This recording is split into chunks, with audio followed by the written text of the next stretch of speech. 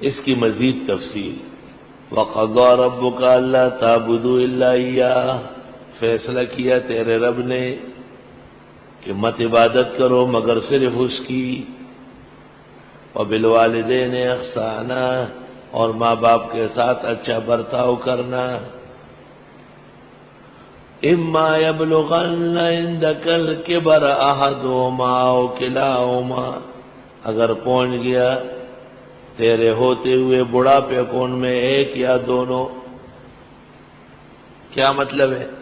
تجھے اگر بوڑھے باپ یا بوڑھی ماں کا موقع ملا یا دونوں بوڑھے ہو گئے، فَلَا تَقُلْ لَهُمَا اُف، اف بھی نہ کرنا۔ کیوں؟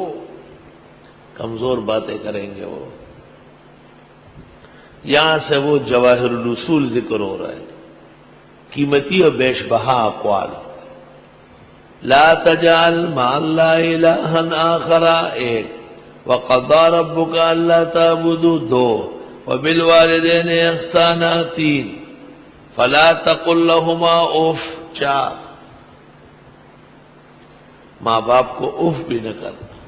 مفسرین کہتے ہیں بیماری میں فریاد سے ماں باپ کو تکلیف ہوتی ہے، جہاں تک ہو سکے فریاد بھی ان کے سامنے نہ کرو۔ وَلَا تَنْهَرْهُمَا، اور ان کو جھڑ کیے نہیں، پانچ، وَقُلْ لَهُمَا قَوْلًا كَرِيمًا، اور بات کرے ان سے بات عزت کی،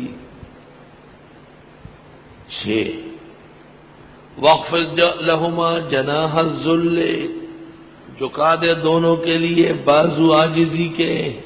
آپ مسٹنڈے اٹے کٹے ہوئے لمبا چھوڑا، وہ کمزور سے ہو گئے، آپ بھی ان کے سامنے کمزور بنے۔ یہ نہیں کہ کیا ہے بابا، انا للہ، بابا تو غریب ڈر جائے گا۔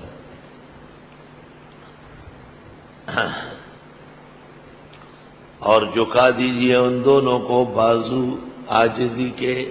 بعض علماء نے اس سے استدلال کیا ہے کہ ماں باپ کی خدمت میں جھکنا جائز ہے۔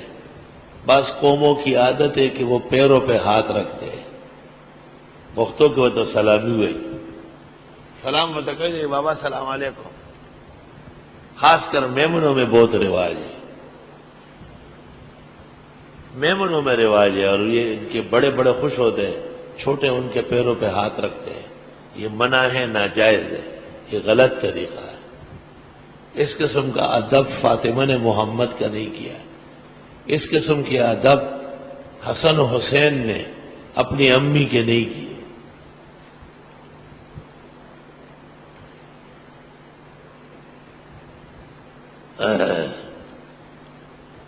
اور جھکا دیجئے ان کے لیے بازو عاجزی کے، من الرحمہ، احسان میں سے، نرم ہو کر، وَقُلْ رَبِّ ارْحَمْهُمَا، نمبر 9، نمبر 10، اور کہہ دیجئے پروردگار رحم فرمائے ان پر، کما ربیانی صغیرا، جیسے انہوں نے میری پرورش کی جب میں چھوٹا تھا۔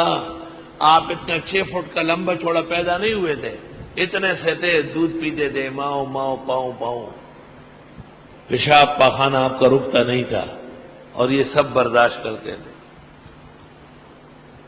اللہ، تفسیر روح المانی میں ہے کہ ایک شخص پیغمبر اسلام کی خدمت میں آیا اور اس نے اپنے بیٹے کی نافرمانی کی شکایت کی۔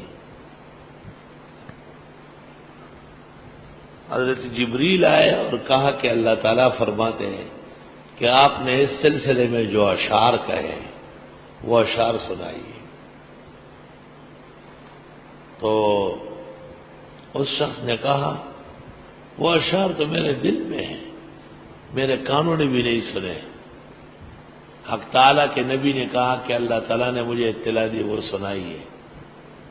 انہوں نے وہ اشعار سنائے، اور اشعار سننے کے بعد پیغمبر اٹھے اور اس کے بیٹے کو گریبان سے پکڑا، کہا معافی مانگتے ہو یا نہیں؟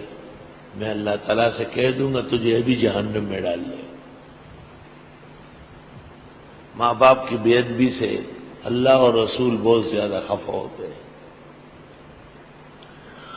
ربکم اعلم بما فی نفوسکم، رب تمہارے جانتے ہیں جو تمہارے دلوں میں ہے.